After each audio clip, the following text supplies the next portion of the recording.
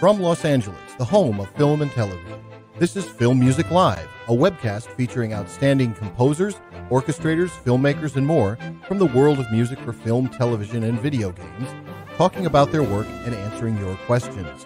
Film Music Live is sponsored by the Film Music Network and Film Music Institute. And now the host of Film Music Live, Daniel Schweiger.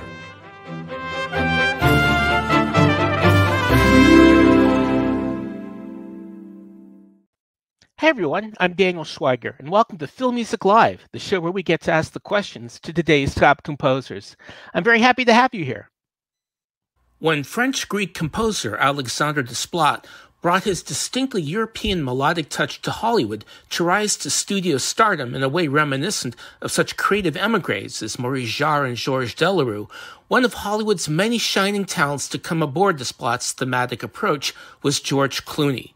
First as a live-action actor in the political thriller Syriana, then garnering Oscar nominations for accompanying Clooney as a talking stop-motion fox and as a producer on the cinematic Iran escape of Argo. But it was with 2011's political thriller The Ides of March that Desplat truly joined Clooney as a director and frequent star, scoring his subsequent films Suburbicon and The Monuments Men, where Desplat also showed he was equally talented as an actor. But none of Desplat and Clooney's efforts resonate with the impact or Netflix viewing numbers of The Midnight Sky. While Desplat has scored such fantastic creatures as Godzilla and The Fishman, The Midnight Sky powerfully marks his first score in the genre of futuristic science fiction, made all the more ironic by being about the end of the Earth and the beginning of a new one. While there's driving spaceship and ice-sinking action for percussion and electronics to be sure, The Midnight Sky is for the most part very much in the lyrical company of the down-to-earth humanism that's distinguished Desplat's career. Yet what could have been understandably a musical downer is instead suspensefully powerful, heart-wrenching, and ultimately beautiful. As driven by a gossamer piano-top theme, Desplat sets his lush orchestral solar sails on the winds of poignant, thematic emotion to give a final message of hope and redemption. It's scoring that makes The Midnight Sky truly unique and more resonant than ever in the Oscar-winning composer's credits. Now here to talk about finding poetic brightness for George Clooney in The Midnight Sky is composer Alexandre Desplat. Welcome to Film Music Live, Alexandre. Hello, Daniel. Thanks for having me. Great to have you here. Now, I have to correct myself. You actually scored the wonderful Valerian, which is your essentially not realistic first science fiction score, but actually very early on in your career, you scored, I think, Un Femme Cosmonaute. So that would be your first venture in space. Yeah, Jacques Monnet, French director, La Femme du Cosmonaute, starring Victoria Abril, you know, the famous actress of Almodovar's early movies. And we recorded the score in Paris. There were some orchestra pieces, but most of the score was songs, which I recorded salsa songs and music in New York. Now, was space just something that interested you in general before The Midnight Sky came your way? Pardon me, what was the question? Was the idea of space or space travel something that interested you before Midnight Sky came your way? You know, we've all been influenced by film in space since, you know, we were children.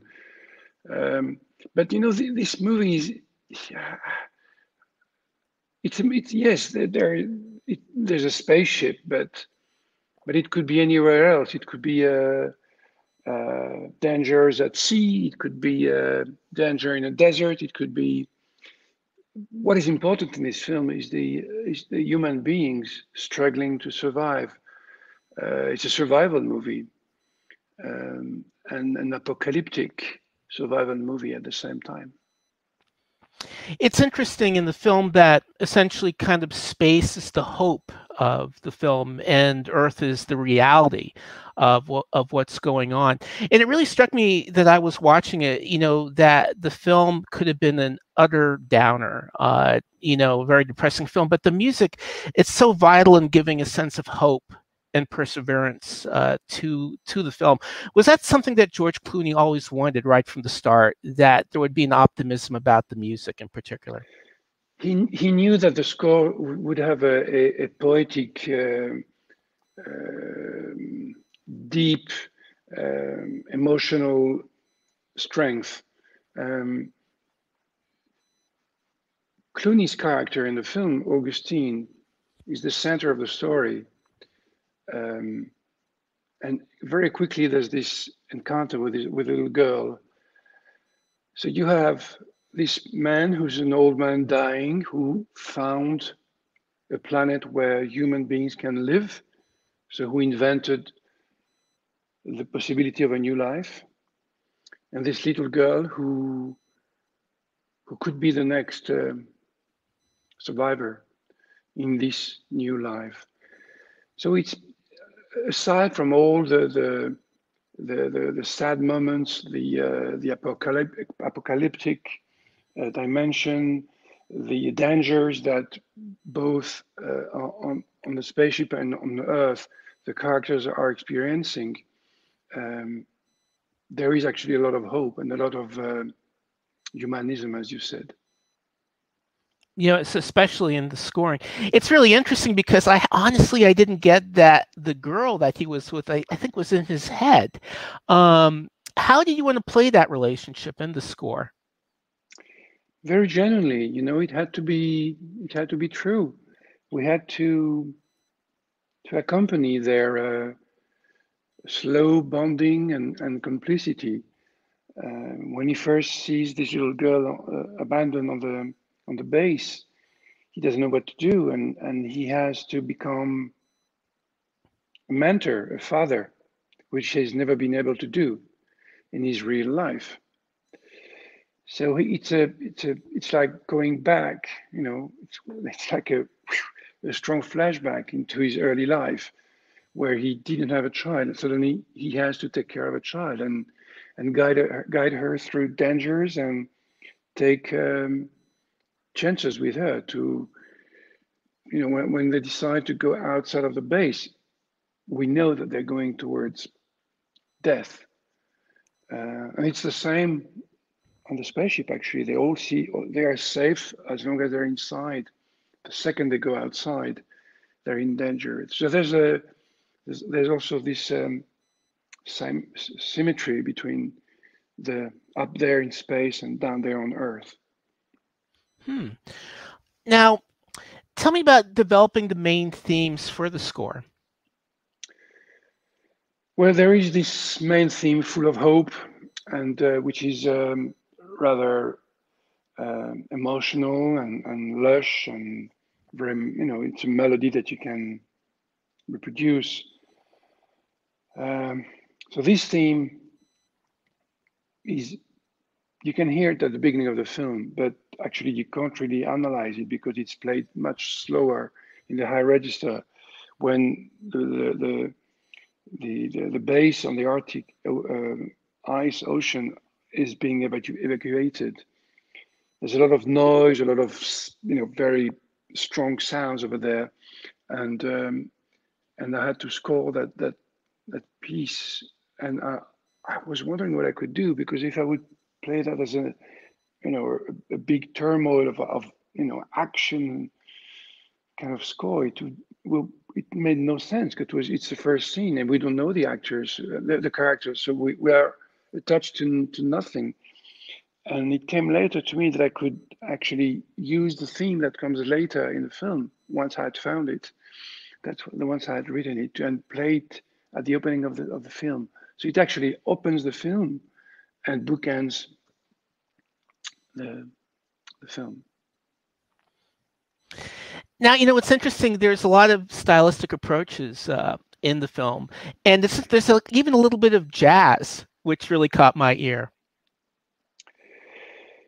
You know, I've always been a jazzer, whatever I do. The chords that I use when I write for strings, the rubs between, you know, ninth or seventh or 11th or 13th, whatever I use in my chords, they come from my love from jazz, my love of jazz.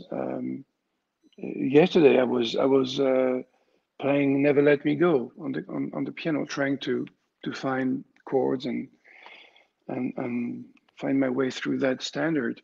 So it's always there in my music, um, except that in Midnight Sky there's no drums, there's no double bass, but it's there. It's there. It's there in the way I sometimes syncopate the accompaniment of the orchestra, the way I change chords. Now, what do you distinguish as George Clooney? I mean, you have so many wonderful working relationships with directors and actors who just keep coming back and back to you. But again, you've done several films with George. He's even put you in one, which I think is like the largest acting role that any composer has ever had, not playing a composer in a movie. But what do you think it is about your synergy and your relationship that makes him stand out? Well, what I can say is that film after film, um, George has evolved into an incredible virtuosity in the way he directs his films, and uh, each of his film, whatever it was, the topic could have been, has music because George loves music. He loves music in his life, and he loves music in cinema, and in his cinema he likes music. So it is a we I guess we've bonded on that love of actually jazz.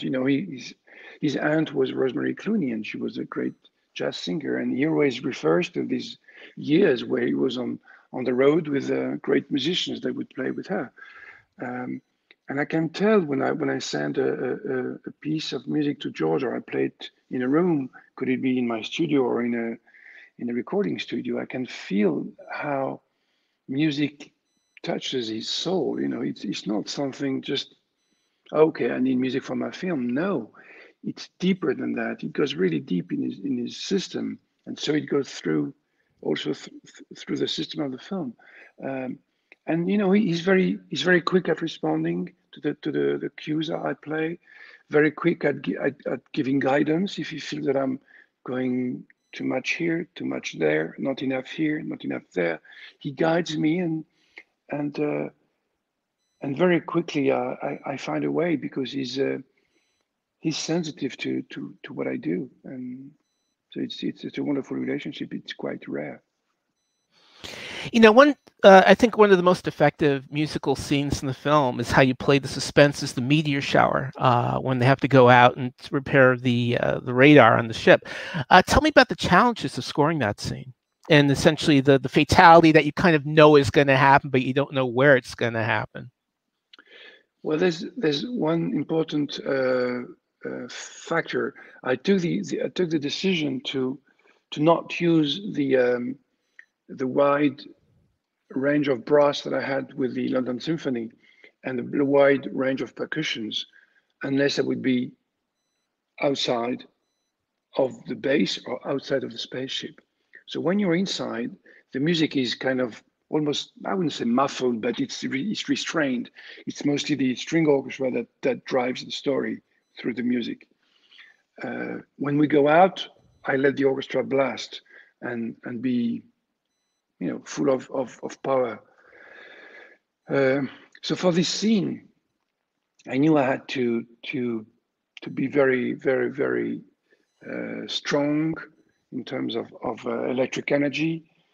There's a lot of electronics, brass, percussions, but the real moment of this sequence is maybe the next moment when we watch the character of Maya and we see blood coming up in her helmet, and then she runs inside the capsule, the spaceship, and there's this ballet of blood.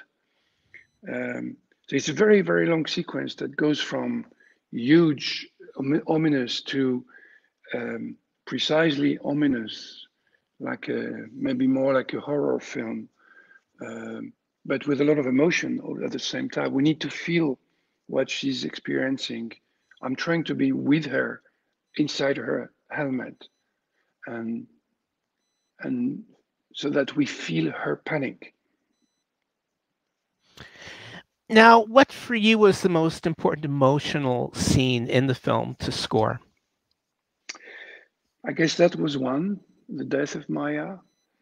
But there's one which is, very, very pretty. It's this moment of bonding on the base between Augustine and Iris, the little girl, when they're watching the sky and the stars and the Milky Way, and the way there is this moment of grace between them, and trust, and love, between an old man and a young girl that needs guidance and help, who's abandoned.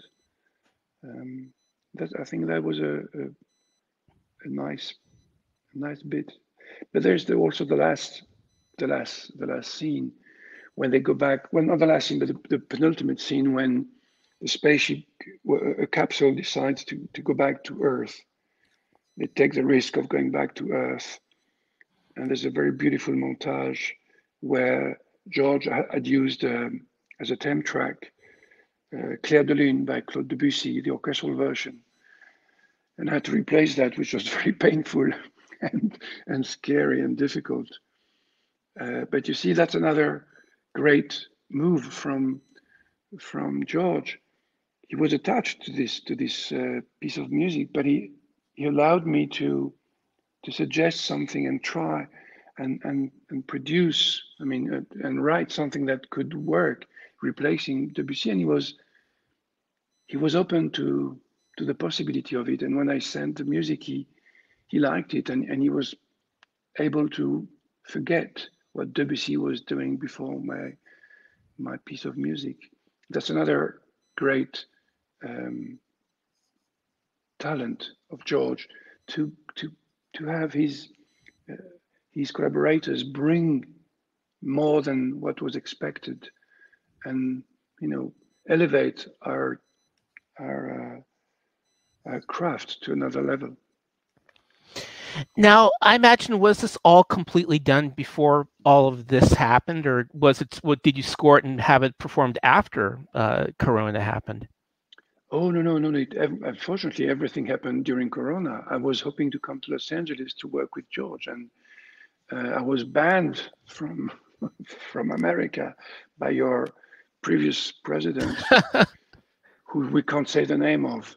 And so I had to work with George and Grant Hesloff, the producer, through internet, from Paris, from Spain, where I was taking some time in my studio. And unfortunately, it had to be that way. We couldn't be in the same room and share a glass of wine. We had to do that through Skype or on Zoom.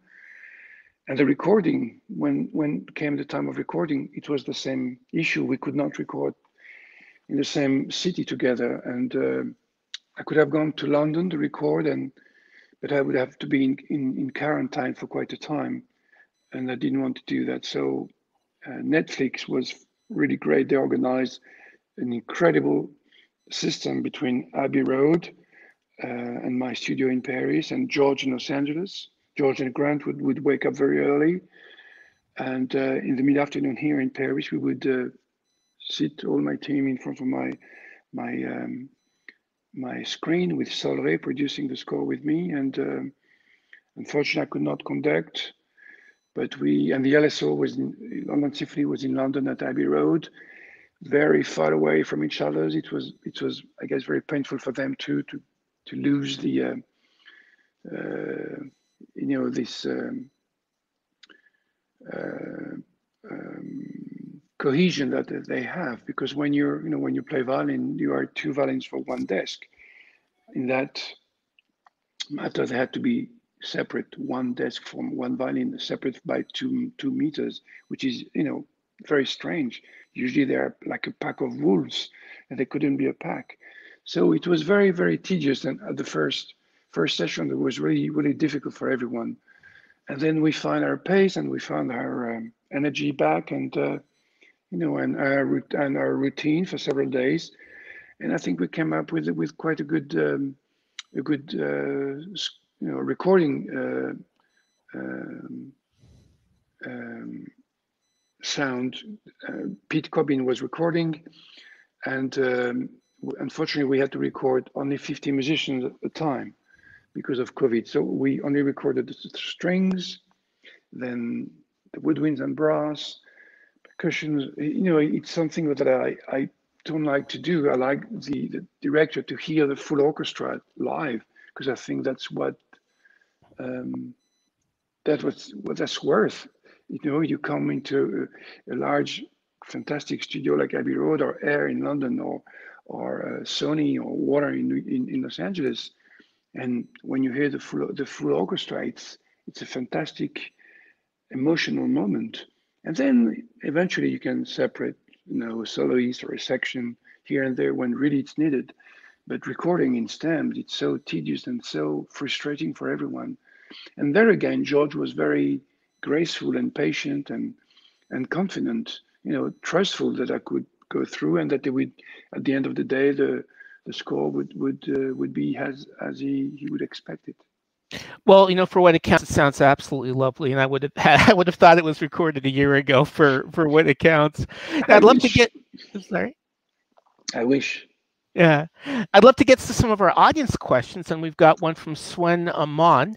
How was your experience about blending an orchestra with synthesizers, electronic sounds on the Midnight Sky? Was it a big challenge? Your biggest fan here?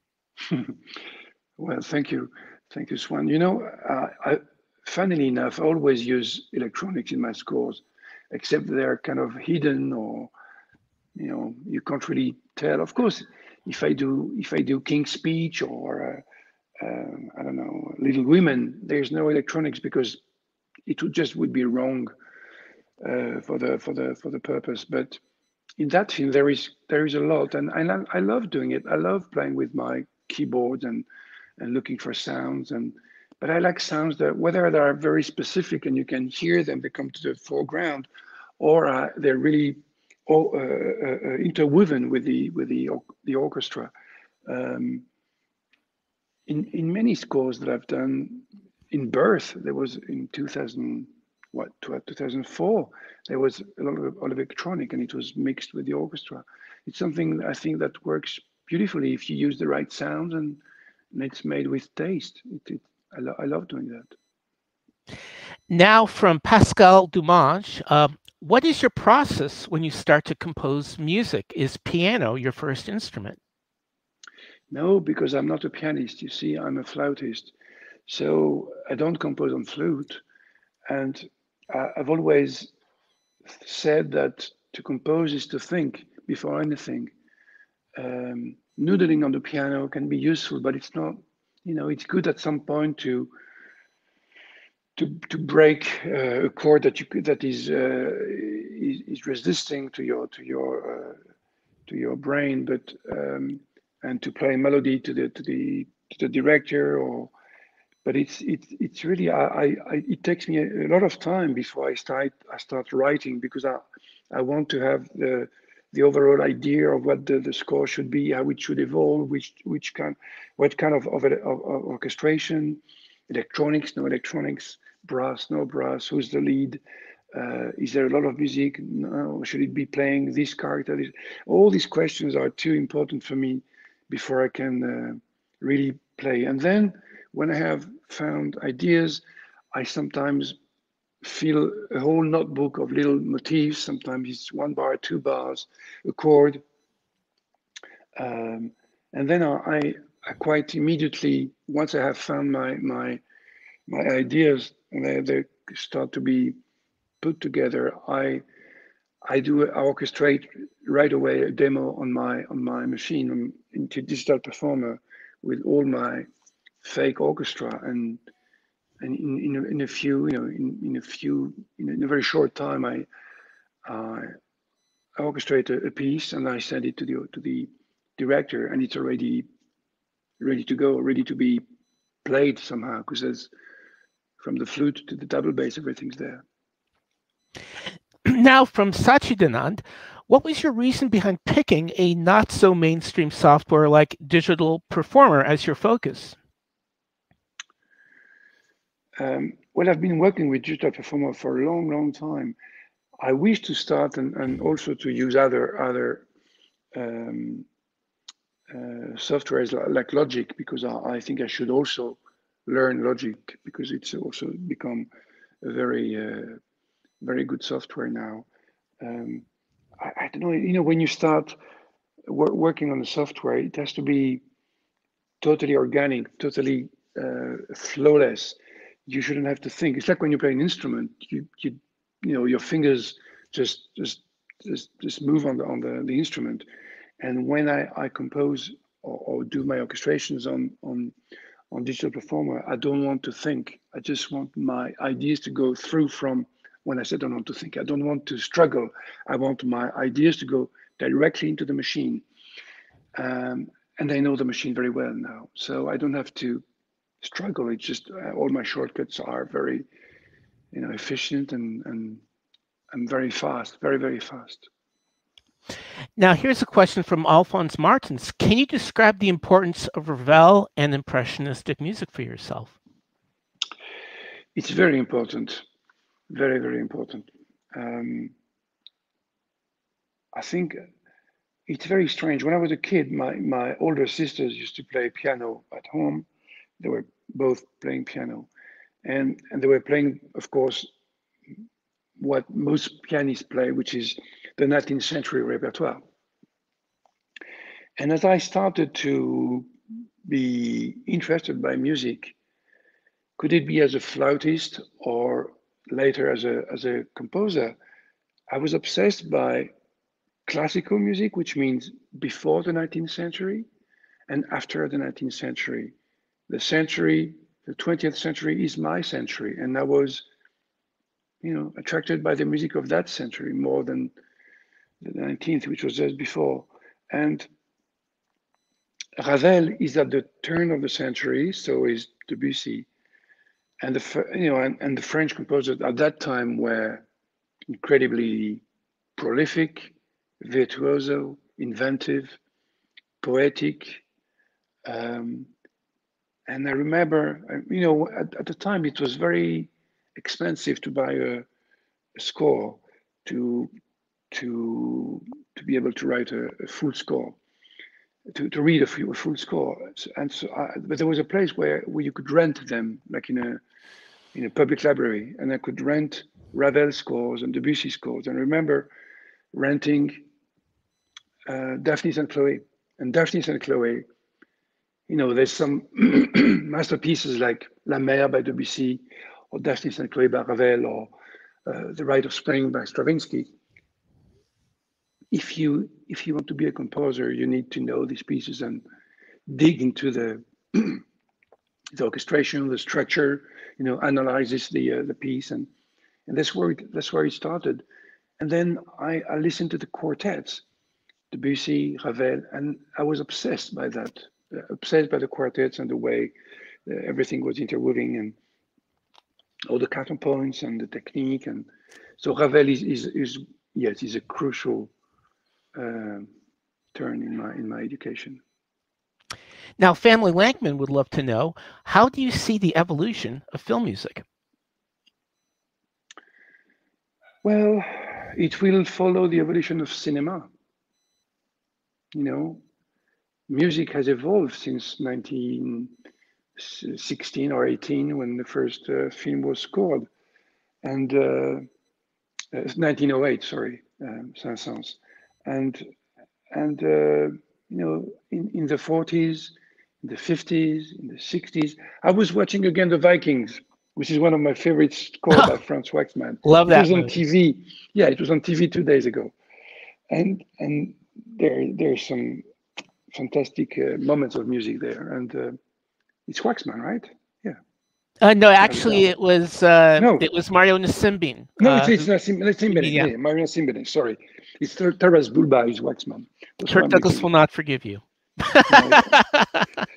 And if you look at Vikings, if you look at Taras Bulba, if you look at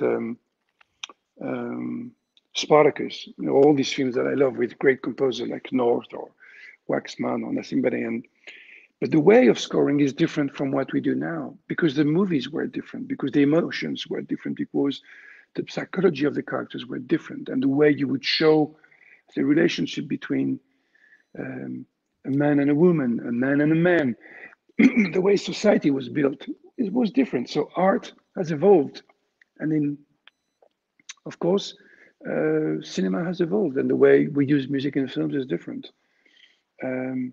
So it will change, and I hope I can evolve as cinema is evolving. I try my best, to not write the same score over and over, and I hope I hope it's heard that I'm, if not getting better, getting different, or improving at least a little bit in the way I use the orchestra, in the way I develop melodies.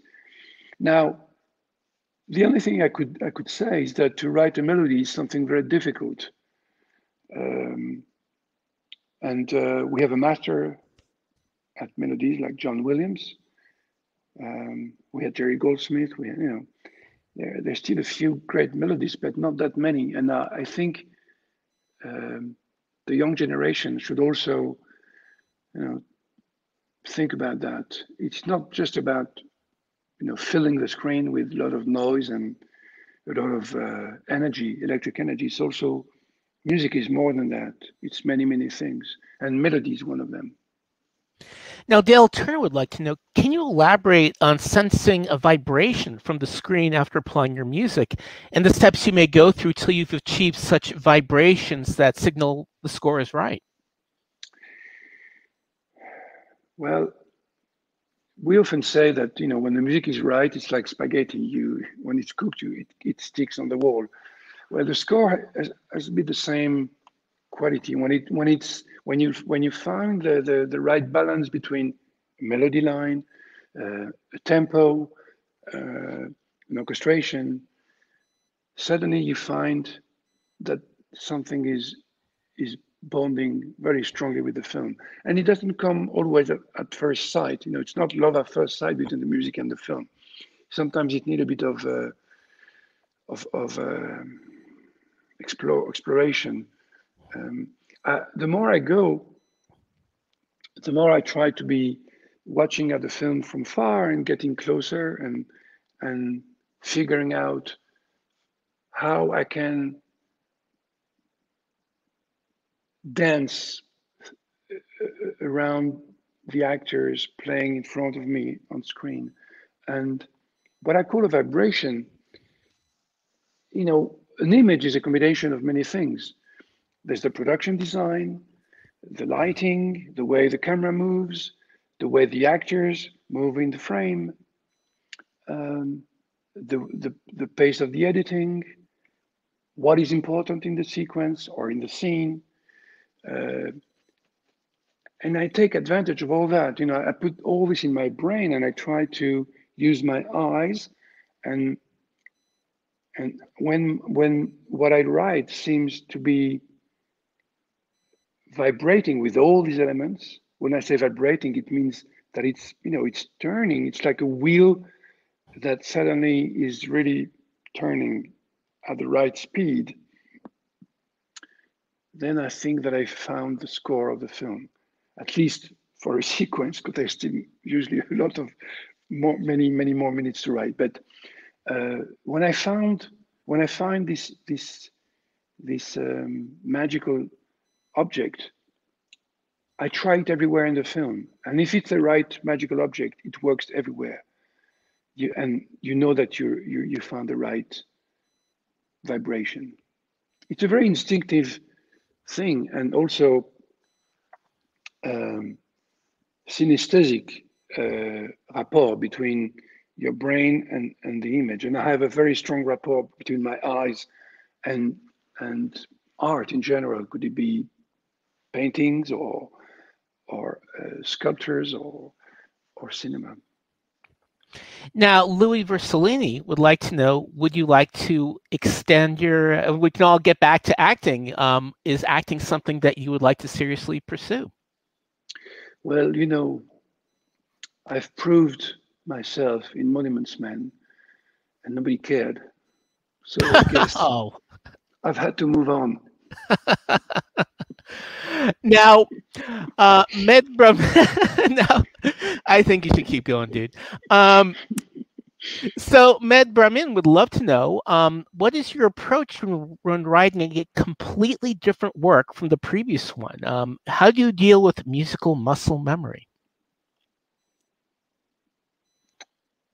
What do you mean the previous one? Or like like when you were, you get a score that's utterly completely different from doing something that you've done before. It's completely different tone or key. Is that something that you look for, just completely snapping into something absolutely different? Yeah. Well, yeah. If you look at my filmography, you see that I'm jumping from a genre to another genre because I do not wish to be doing the same thing over and over. It's like going to the movies. If I would go to the movies and see only horror movies or only comedies, my brain would be stuck. So by jumping from topics to topics, not only do I learn because I learn from the movies that I do, because I'm King's Speech. I didn't know much about the stuttering of George VI. Well, I've learned from that film, and I've grown as a man. So after Monuments Men, I could maybe I'll be called to do other science fiction movies, but it's too early for me, Or if I would do animation movies all year long, I'd be desperate and tired, and my scores would be horrible after a while because I would repeat myself. So I try not to repeat myself, and by changing movies and topics, I think I can succeed at that. I hope so. Now we're finally getting to see a lot of long-delayed movies come out. A lot of pay-per-view VOD. With the theatrical situation. And I think Gunther Gerlach, one he's really looking forward to, and I think a lot of people are, is your next collaboration with Wes Anderson, which is The French Dispatch. What can you tease us with that you've done for that film? Well, first of all, I just heard that the Festival de Cannes. The Cannes Festival would be delayed, supposedly to July. And the French Dispatch was meant to be playing already in Cannes last year, and then in May this year. So it will be delayed to July, obviously. Well, it's another incredible film by Wes, which always is a surprise. Each movie comes from, I don't know where. This man is unpredictable. He's a real genius. He has a world of his own. I just started working on his, not working, but watching what he's going to do for his next film. And again, it's another challenge of doing something I've never done. In the French Dispatch, we also tried to put together an assemblage of instruments that would be unpredictable. And I can't really say what it is, of course, but I hope that it would be strange enough. Now, Andres Ulrich particularly loves the Lily's theme from the last Harry Potter film.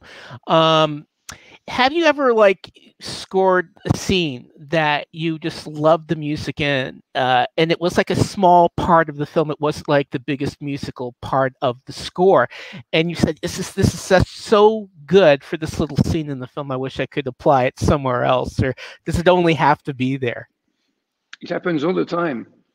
There's this little piece, I don't know, 30 seconds or 40 seconds or a minute 10, which is nothing in terms of musical duration when you talk about Mahler's symphonies or Bruckner's symphonies or The Rite of Spring or whatever, name it, Daphnis and Chloe. So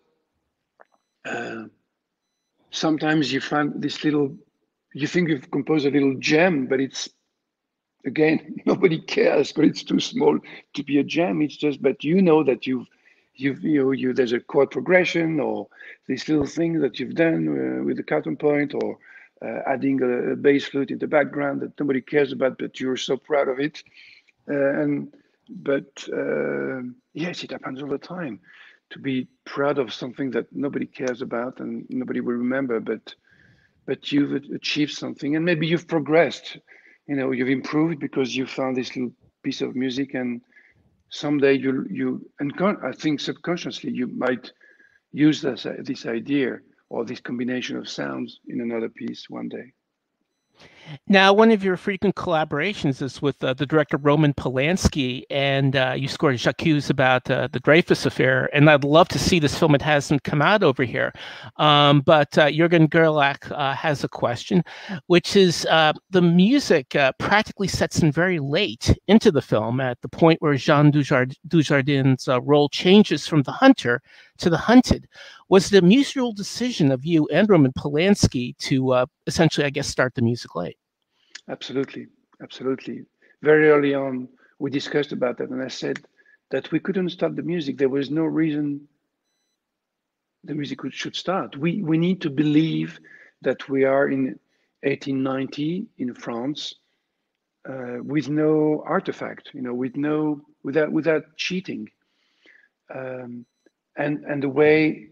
I mean, it's so masterful the way this movie is directed. I think since The Pianist.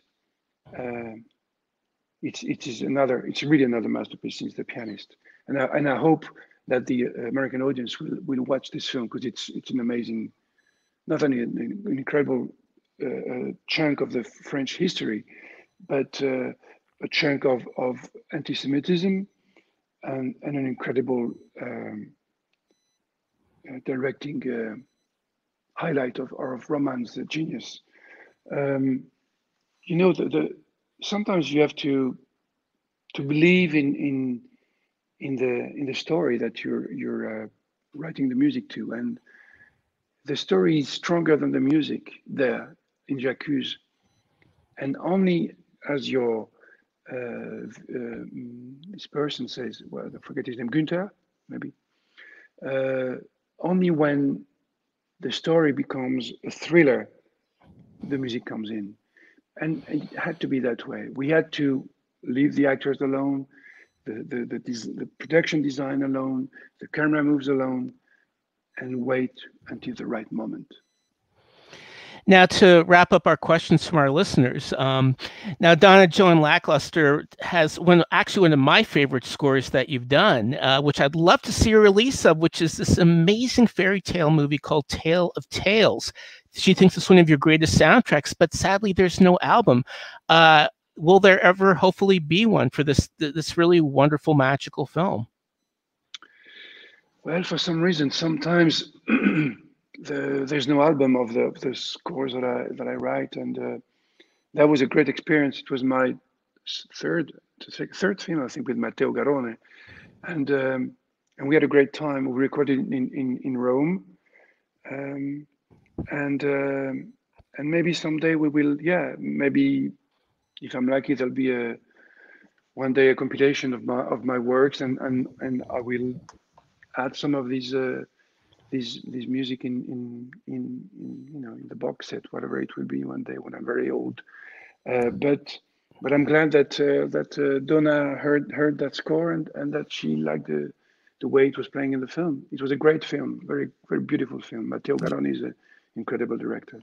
Yeah, I have to ask, what was your favorite tale to score in it? What was your favorite segment? Oh, all of them, because it's several stories there, several characters. It's a puzzle of stories, and everyone is incredible. I mean, the visuals of that. Talk about vibration. Trying to find the music that vibrates to the image. The framing is so incredible. Matteo has a sense of the frame which is unique. The costumes, the actors, everything was magical, without being Disney-like. If I can make a reference to tales that we are used to see since we're children, he really tried to do something else, very different, and that was very brave. And also the score is not at all like would be a classic fairy tale. It's more. It's different. It's more strange. It's weirder. Now, for my final question, to go back to the Midnight Sky, it's really interesting that there's so many projects and so many scores that what we've all gone through with Corona puts a whole other dimension onto.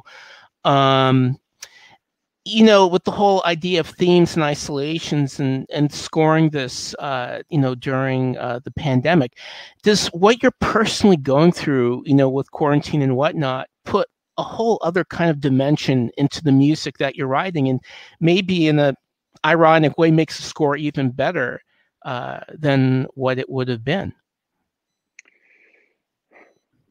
Maybe there's a time factor. The fact that I'm not running around to catch a plane or a train to go record here or there, and I've really, I've stuck in my base, in Paris or in Spain, and working very hard, because I've worked a lot for the last year, really a lot. I've done a lot of. I just finished 2 French movies. I've written songs for Guillermo del Toro, and I've written this score for George. I mean, I really worked very, very hard, but in a different energy, I guess. And maybe it can be heard that there is maybe a deeper sense to it. Maybe it's true. What do you think, especially that, with what everyone has gone through essentially in their own universe, do you think that's like a candidate for Midnight Sky being so popular on Netflix? It's gotten incredible ratings and a really good response. And it kind of, again, because of what everyone's gone through, it seems to have an even deeper meaning as to how everyone is essentially dealing with their own personal apocalypse and hopes for survival. Yes, I think we're all. We've all been freaking out for these last 2-3 years about how the planet is wounded, and how we could stop hurting the nature. And again, it's great that your new president Thank has God. understood that the world was to be preserved. And yes, this movie comes at the right time, and also it's something deep inside George's belief that human beings should be at the center of our world, and not just machines and destroying everything around us, and that we can only survive if we protect our planet. So yes, it's the right moment for the film, and I'm glad that it's a big success on Netflix, because it deserved it. Not only it's an incredible achievement for George as a director, he shows such a palette of his talent, but it's a strong story for the audience to bond with and to share and to educate. Well, maybe. Very, very true. And again, I'm thankful that we have at least a ray of hope when it comes to the environment, particularly, today. And Alexandre, I just want to thank you so much for joining us at Film Music Live. I'd like to thank the cat also. What's his name or her name? Her name is Sierra. Space cat. She's very cute. I used to have awesome. a cat when I was working like you, but she would usually sit here. But she's gone for a while now, so I need to find a new cat to sit here above my shoulder and check on me. They're more important than ever, I think. Well, thank you again so much for joining us at Film Music Live. The Midnight Sky is now streaming on Netflix, and you can get Alexandre's score on ABCO Music and Records, whom we thank today very much for their promotionals. And thanks to our show producers, Kathy Ng, Dale Turner, Mark Northam, and publicists Ray and Lana. And I'll see you all on the next edition of Film Music Live. Thanks, Daniel. Thanks, everyone, for the questions. Thanks, everyone. Thanks, Dale.